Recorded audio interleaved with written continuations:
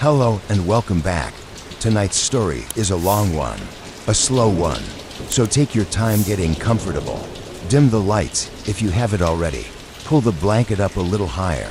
Let your shoulders sink into the bed. You don't have to stay awake for this. That's the strange gift of a story like tonight's.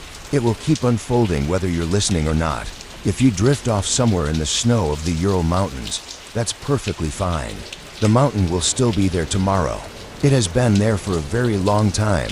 Tonight, I want to tell you a true story, not a legend that someone invented around a campfire, although it has become a legend over the years. Everything you're about to hear actually happened in the winter of 1959, in the far north of the Soviet Union. 9 experienced hikers walked into the mountains, and none of them walked out. What was found afterward, the tent, the footprints, the bodies, created one of the most enduring mysteries of the 20th century. 60+ years later, people are still arguing about what happened on that slope. Kholat Syakhl. The local Mansi people had a name for the mountain where they died. In their language, it means dead mountain. So breathe in, slowly, and breathe out. Let the day go. And come with me now, far away and long ago, to the last days of January 1959. Chapter 1. The 10. To understand this story, you have to understand the cold. Not the cold of a winter morning, where you shiver on the way to your car. I mean the cold of the northern Ural Mountains in deep winter. A cold that drops to 30 degrees below zero and keeps falling. A cold where the air itself seems to tighten, where trees crack in the night like rifle shots, where exposed skin begins to die in minutes. Into that cold, in the last week of January 1959, walked 10 young people. Most of them were students or recent graduates of the Ural Polytechnic Institute. In the city of Sverdlovsk, the city we now call Yekaterinburg, they were engineers in training, radio specialists, builders of the new Soviet world, and they were hikers, serious ones. This was not a casual camping trip. In the Soviet Union of the 1950s, wilderness trekking was an organized sport with certifications and grades, like belts in martial arts. This expedition was a grade 3, the highest difficulty rating that existed. 16 days over 300 kilometers on skis, unsupported, in the dead of winter, through territory with no towns, no roads, nothing. If they completed it, every member of the group would earn the highest hiking certification available. They were, by any measure, qualified to try.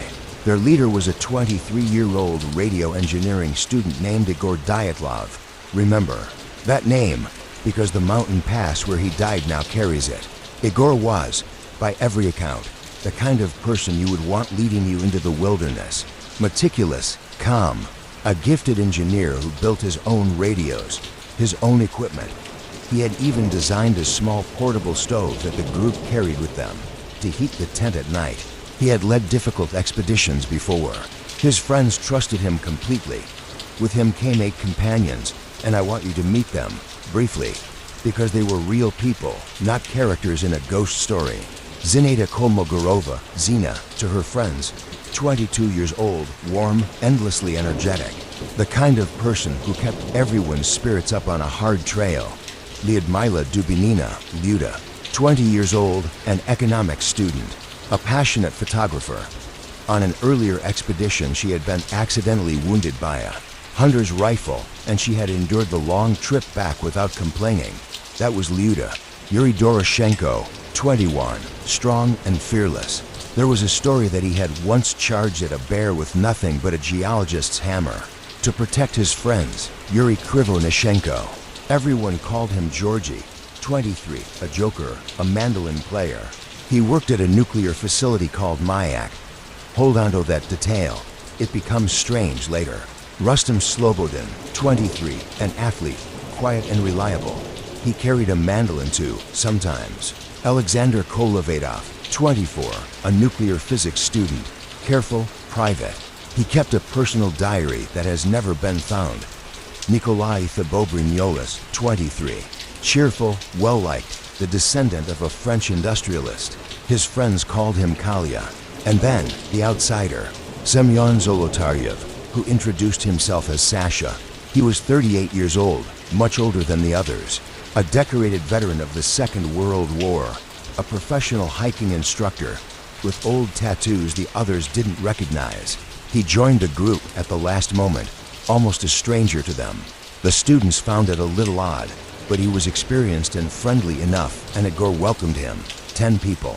9 of them would die, because there was a 10th, and his story is different. His name was Yuri Yudin, 21 years old, and in a few minutes, he is going to make the luckiest decision of his life. Though it will not feel lucky to him, it will feel like failure. For the rest of his days, he lived until 2013. Yuri Yudin was known as the one who turned back. Chapter 2. The last town in the world. The expedition left Sverdlovsk by train on the 23rd of January, 1959. If you could look into that train carriage, you would not see anything ominous. You would see young people sprawled across the seats, singing to a mandolin, arguing cheerfully about socialism and love and exams, writing in the group diary that they kept together, passing it from hand to hand. We know what they wrote, because the diaries survived. One entry, from Zina, reads almost like a lullaby. I wonder what awaits us on this trip. The boys have solemnly sworn not to smoke the entire trip. I wonder how much willpower they'll have. They traveled north for 2 days, first by train to the town of Ivdel, deep in the taiga. And here, the world began to thin out. I want you to picture this journey the way they experienced it, as a slow shedding of civilization. First the city disappears, then the towns shrink, then the paved roads end. From Ivdel they rode in the back of an open truck to a settlement called Vizai, a rough logging outpost ringed by forest, one of the last inhabited places on the map. Beyond Vizai, there was nothing, only forest and frozen rivers, and the low white shoulders of the Urals, and somewhere in that emptiness, the scattered camps of the Mansi, the indigenous hunters who had lived in those mountains for centuries. The group spent a night in Vizai. They watched a movie in the little village club, a film called Symphony in Gold, of all things. They laughed about it. They mailed their last letters home. In one of those letters, to his family, one of the boys wrote a sentence that families would later read over and over. We are setting off now. Expect my telegram around the 12th of February. The 12th of February. Keep that date in the back of your mind, like a small stone in your pocket.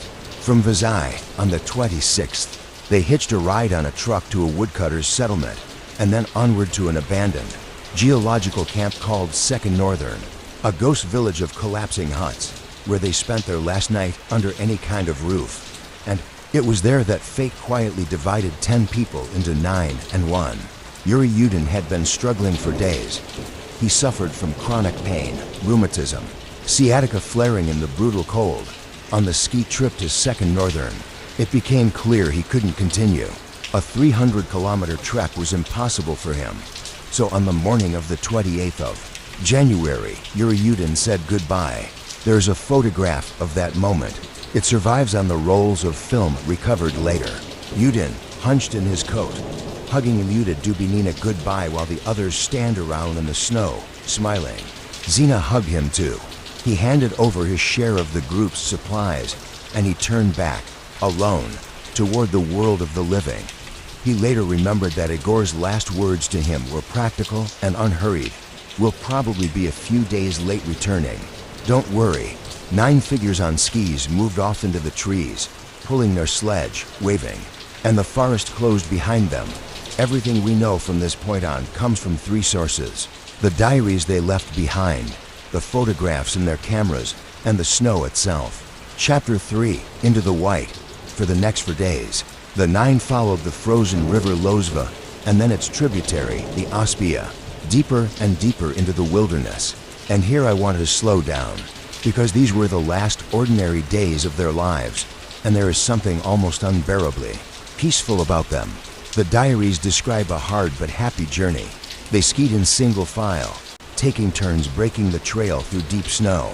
They found old Mansi hunting trails and passed Mansi tree markings, symbols cut into bark, which they photographed with curiosity.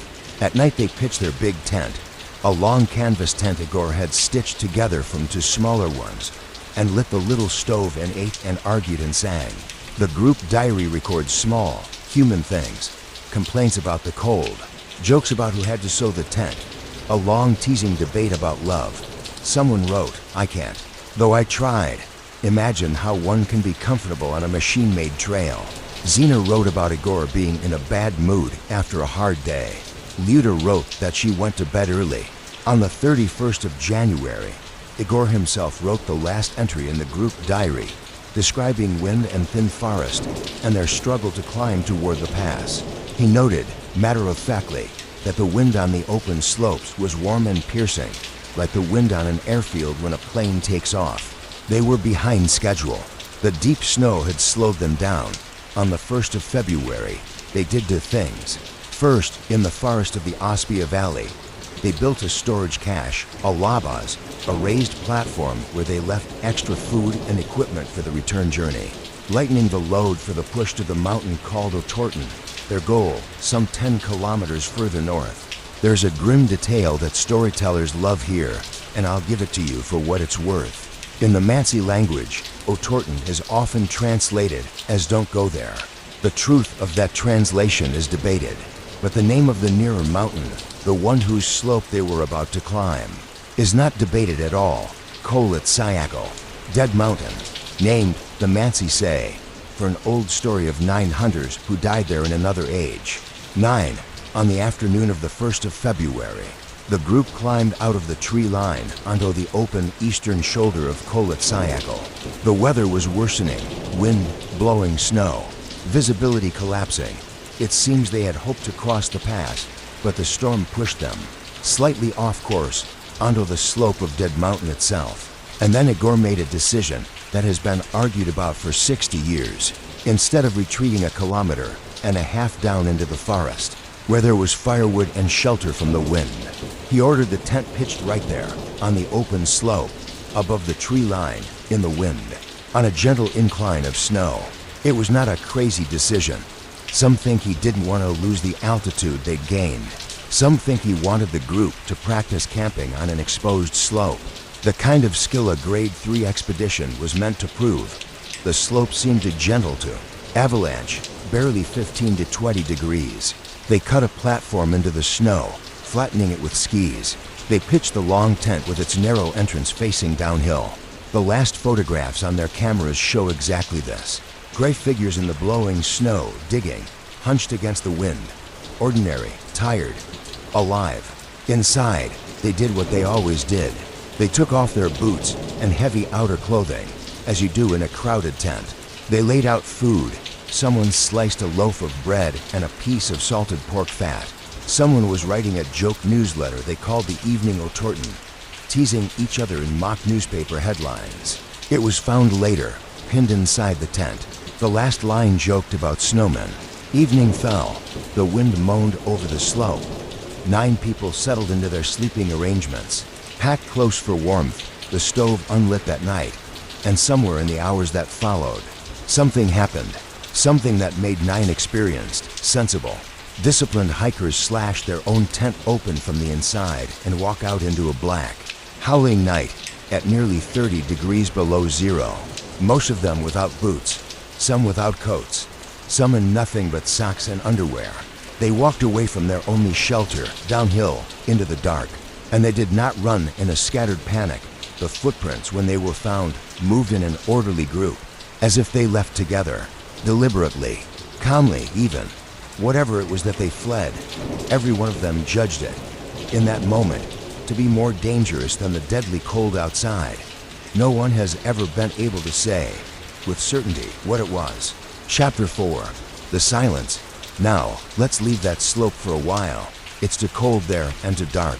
Let's go back to the warm world, to Sverdlovsk, to families waiting by the radio, to the ordinary rhythm of February 1959. The 12th of February came, the date of the promised. Telegram from Vizai, no telegram arrived. At first, nobody worried. Expeditions ran late all the time. Igor himself had said they might be a few days behind. The sports club shrugged. A few more days passed. But the families began to feel it. That low hum of unease that starts in the stomach. Parents called the Institute. The Institute called Vizai. Had the Dyatlov group checked in on their return? They had not. By the 20th of February, the unease had become alarm.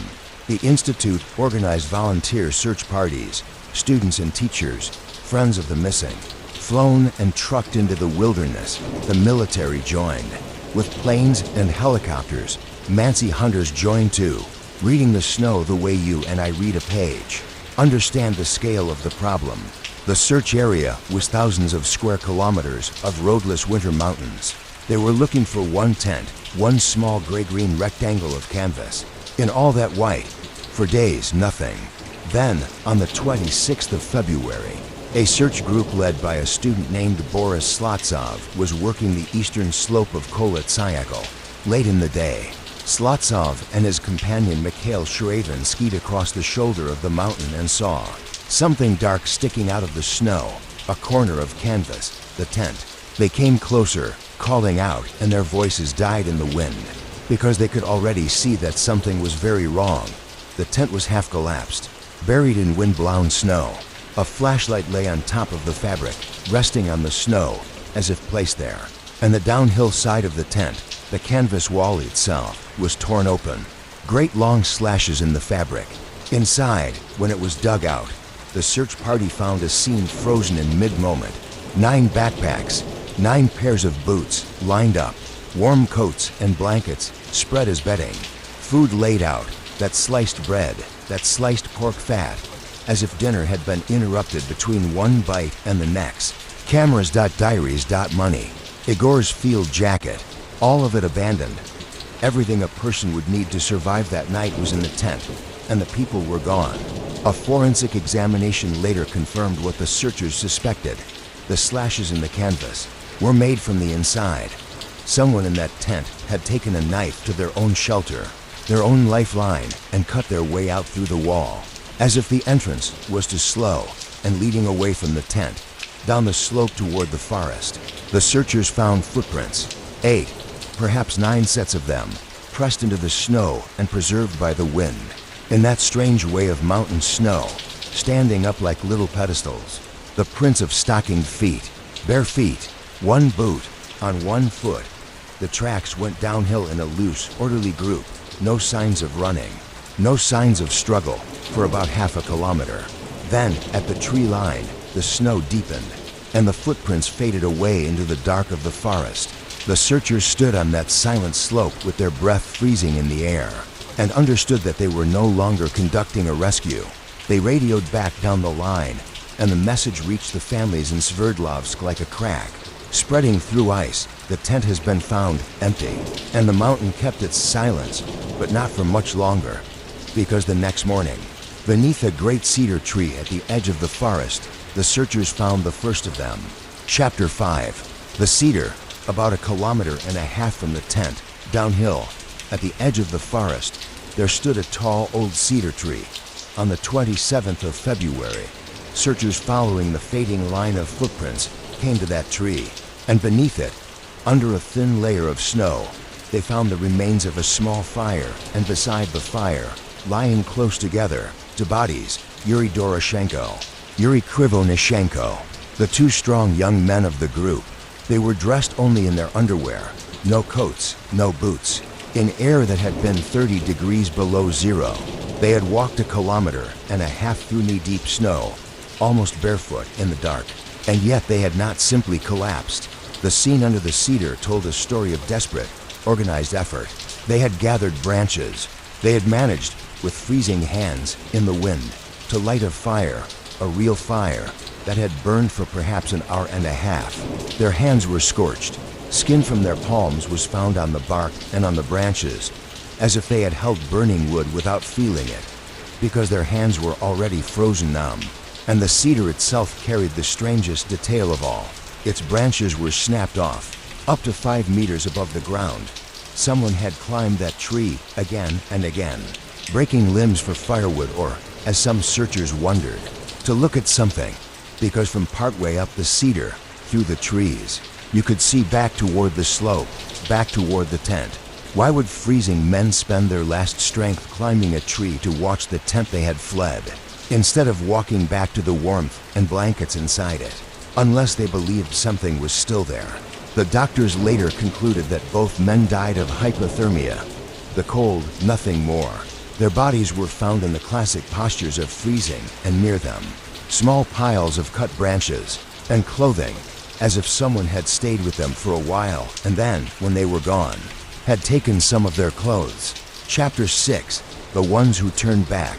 Between the cedar tree and the tent, spread out along that long uphill line, the searchers found 3 more bodies over the following days. Each of them was alone, each of them was face down or curled in the snow, and each of them was oriented the same way, uphill, toward the tent. Igor Dyatlov was found about 300 meters from the cedar, the leader. He lay on his back beside a small birch, one hand raised near his face, frozen mid-gesture, as if shielding his eyes or reaching for something. His watch had stopped at 5:31. Further up the slope lay Zina Kolmogorova, the warm one, the encourager. She had made it further than anyone, 630 meters up that slope, into the wind. In the dark, dressed in far too little, the snow around her showed that she had fought, crawling, driving herself upward until her body simply stopped. And between them, found days later under a crust of snow, Rustem Slobodin, the athlete. He, too, had been walking toward the tent.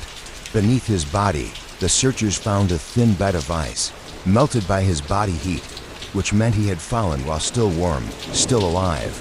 And Rustem carried the first true anomaly of the case.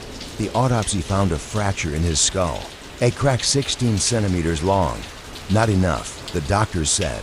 To kill him, the official cause of death was hypothermia, like the others. But you do not get a fractured skull from lying down in the snow. So now the picture was this: 5 bodies, all dead of cold, a tent cut open from within, full of everything they needed, a fire under a cedar, broken branches 5 meters up, and 3 people who had turned around and spent the last of their lives trying to claw their way back to the very place they had fled. The investigators kept searching because were still missing Lyuda Dubinina, Alexander Kolovatov, Nikolai Thibeaux-Brignoles, and the outsider, Semyon Zolotaryev. Winter would not give them up. February passed. March, April. The searchers probed the snow with long metal rods, day after day, in silence. It was not until early May, when the thaw began, that a Mansi searcher noticed cut-fir branches emerging from a ravine in the forest, some 70 meters beyond the cedar. Under the branches, under 4 meters of packed snow, they dug, and there they found the last 4, and everything about the case changed. Chapter 7. The Ravine. The 4 bodies lay in and beside a small stream at the bottom of the ravine. Nearby, the searchers found something that spoke, again, of intelligence and discipline in the middle of catastrophe, a den. A floor of cut branches laid in a sheltered hollow, with pieces of clothing arranged on it. Seats or beds for people. These 4 had not wandered. They had engineered a shelter out of nothing in the dark. They had dressed themselves in clothing cut from their dead friends. Lyuda's foot was wrapped in a piece of Krivonishenko's wool trousers. And yet, when the autopsies were performed, the medical examiner, a man named Boris Vozrozdeny, who had seen a great deal of death, found injuries that made no sense at all. Nikolai Thibeaux-Brignoles had a massive fracture of the skull, a wound so severe it would have been fatal on its own. Semyon Zolotaryev had 5 broken ribs along the right side of his chest, and Lyuda Dubinina, 20 years old, had 9 broken ribs on both sides and a hemorrhage into the heart itself, an injury that would have killed her within minutes. And yet, on the outside, almost nothing, no deep cuts, no bruising of the kind such fractures should leave. The force had crushed them from within, like a wave passing through water. When the investigators asked Vozrozdeny what could cause injuries like these, his answer went into the case file, and from the case file into legend. A force, he said, equal to a car crash or a fall from a great height. No human being, he added, could strike such a blow. There was more. Lyuda's body was missing its tongue and her eyes. Zolotaryev's eyes were gone as well. Now, I will be honest with you, as a storyteller who respects the dead. The bodies had lain for 3 months in a stream of running spring water. Soft tissue is the first thing that nature reclaims, and many calm-minded experts believe that is all this was. But the image of it found its way into the nightmares of everyone who read the file. It has never left the story since. And then came the final strangeness. Almost as an afterthought, someone ordered a radiological test of the clothing. Several items, including a sweater and trousers from the Ravine group, carried traces of radioactive contamination. Not enough to harm anyone, but measurably, unmistakably there, on clothing in the middle of a wilderness hundreds of kilometers from anywhere. Perhaps it meant nothing. Georgy Krivonischenko, remember, worked at the Mayak nuclear facility. He had even been present, some say, during a terrible radiation accident there in 1957. Old contamination on old work clothes. That is the mundane explanation. But the families noticed other things at the funerals in Sverdlovsk. Several mourners said and repeated for decades that the skin of the dead had an unnatural color, a deep brick-orange tan. On bodies that had spent a Russian winter under snow, the officials said it was the effect of cold, wind and time. The coffins were closed, the crowds were enormous, and within weeks, the criminal case was quietly shut. The official conclusion, written in May 1959, is one of the strangest sentences ever to close a government file. The cause of death, it said, was a compelling natural force, which the hikers were unable to overcome. A compelling natural force, no further explanation. The file was sealed and sent to a secret archive, and the area around Kholat Syakhl was closed to hikers for the next 3 years. And in the silence the officials left behind, the theories began to grow. Chapter 8. The theories. Let's sit with those theories for a while, you and I. The way you might turn over puzzle pieces, slowly, by lamplight. None of them fits perfectly. That is why, 60 years later, we are still here. The first suspicion, in 1959, fell on the Mansi, the indigenous hunters whose land this was. Had the hikers trespassed on a sacred mountain? The investigators pursued it, questioned Mansi families, and dropped it completely. There were no other footprints on that slope. None. The Mansi had helped in the search, and their own tradition held no special taboo about Kholat Syakhl. Whatever came for the 9, it left no tracks. The second theory was the obvious one. An avalanche. Snow slides down, crushes the tent. The hikers cut their way out and flee, fearing a second slide. Some are injured, all freeze. Simple, except that the searchers found the tent still pitched, its ski poles standing. The slope was gentle. There was no debris field. The footprints walked away calmly, in a line.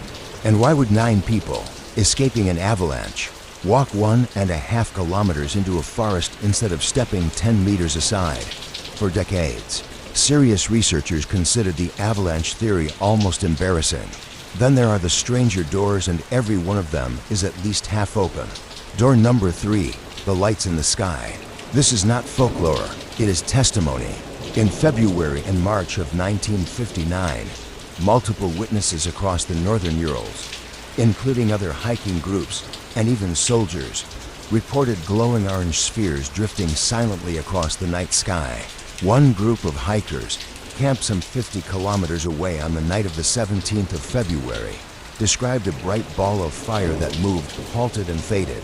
The reports were collected in the case file itself. Some researchers linked them to secret rocket launches, test flights of a new age of Soviet missiles. Had something launched or fallen or detonated near Dead Mountain? On the night of the 1st of February, the military archives, to this day, have never fully answered. Door number 4, the weapons test. It would explain so much, wouldn't it? The crushing internal injuries with no external wounds, like a blast wave. The traces of radiation. The strange tan of the skin. The sealed files, the closed region, the hurried verdict. Perhaps the hikers saw something they should not have seen, or camped where something was about to come down. It is the theory the families themselves came to favor, and yet no document, in 60 years of leaks and declassifications, has ever confirmed it. Door number 5 is quieter, and to me, is the most haunting of all. Infrasound, wind, moving past a dome-shaped mountain like Kholat Syakhl, can spin off invisible vortices of air, pressure waves below the threshold of human hearing. You cannot hear infrasound, but your body can. In laboratory settings, it produces dread, nausea, a racing heart, a feeling of unbearable, sourceless panic. Imagine 9 people in a dark tent, in a screaming wind, each of them suddenly drowning in terror they cannot explain and cannot admit to each other, until someone grabs the knife and cuts the wall. No monster, no missile, just the mountain itself, breathing at a frequency that unmakes the human mind. And door number 6, the simple, human one. That in the whiteout and the panic, in the dark, they simply could not find the tent again. That everything afterward, the fire, the den, the desperate climb back up the slope, was 9 brave people doing everything almost right, in conditions where almost is not enough. You can fall asleep tonight holding any one of those doors open. People have built entire lives behind each of them. Chapter 9. What the snow finally said. This story does not quite have an ending, but it does have a last chapter, and that chapter is surprisingly recent, in 2019. 60 years after the deaths, the Russian government formally reopened the inquiry. Prosecutors flew to the pass with modern equipment. Ray measured the slope, Ray modeled the weather of that night, and in 2020, they gave their answer, an avalanche after all. But not the roaring wall of snow from the movies. A slab avalanche, a dense, compacted plate of snow, perhaps the size of a car, cut loose by the very platform the hikers had dug for their tent, sliding just a few meters in the dark, enough to crush sleeping bodies against the hard floor of packed snow and skis beneath them. Ribs break, skulls fracture, the tent is cut open in panic, and the injured are carried down to the trees, into the wind, into the cold, into the long night we have already walked through together. A year later, to scientists in Switzerland, avalanche researchers published a study showing exactly how such a small slab could have released on that gentle slope. Hours after the tent was pitched, driven by wind-loaded snow, to build their model, they borrowed simulation techniques from an unexpected place, the animated snow of the film Frozen.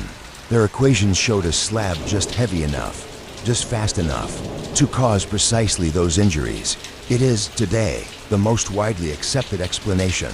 The quiet slab, the panicked evacuation, the heroic, doomed retreat to the tree line. And yet, you already know what I'm going to say. The questions do not quite lie down. No slab debris was found. The footprints walked, not ran. The lights in the sky were still seen by soldiers and hikers who had never heard of Igor Dyatlov. The radiation has never been fully explained, and the files sat sealed for half a century for reasons no one has ever stated aloud. The mountain said something that night in 1959. The snow has given us, perhaps, most of the sentence, but not the final word. Maybe there is no final word. Maybe that is why we keep returning to that slope.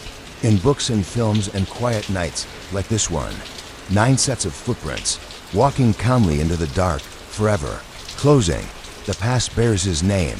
We're almost at the end now, so let yourself sink a little deeper. There's nothing left in this story to fear, only remembering. The 9 were buried in Sverdlovsk, most of them side by side at the Makajlov Cemetery, beneath a single tall memorial engraved with their photographs. Students kept the graves tidy for decades. They still do. The unnamed pass beside Kholat Syakhl was given a name, Dyatlov Pass, for the 23-year-old who led his friends into the mountains and was found reaching back toward them. A memorial plaque stands there now, bolted to a rock outcrop above the slope. Hikers visit every year. In winter, the wind still comes over the dome of Dead Mountain exactly as it did, and they say you can hear it change its voice as it crosses the pass. And Yuri Yudin, the 10th, the one who turned back, carried the weight of his luck for 54 years. He spent much of his life gathering documents, asking questions, keeping his friend's memory alive. When he died in 2013, his last wish was granted. He was buried. With them, the 10th hiker came back to his group in the end. So, that is the story of Dyatlov Pass. A true story, told to the edges of what is known and no further. 9 real people, brave and young and capable, who met something on a winter mountain, wind or snow or fear itself, that no one has ever fully named. The mountain is still there tonight, far to the north, standing in the dark under the same slow stars, holding its one secret the way mountains hold everything. Patiently, silently, forever. But you are here, warm and safe and heavy with sleep. The blanket is around you. The night outside your window is an ordinary, gentle night. So let the snow fall over the story now softly, covering the footprints, one by one, until the slope is smooth and white and quiet again. Sleep well, and I'll see you in the next story. Good night.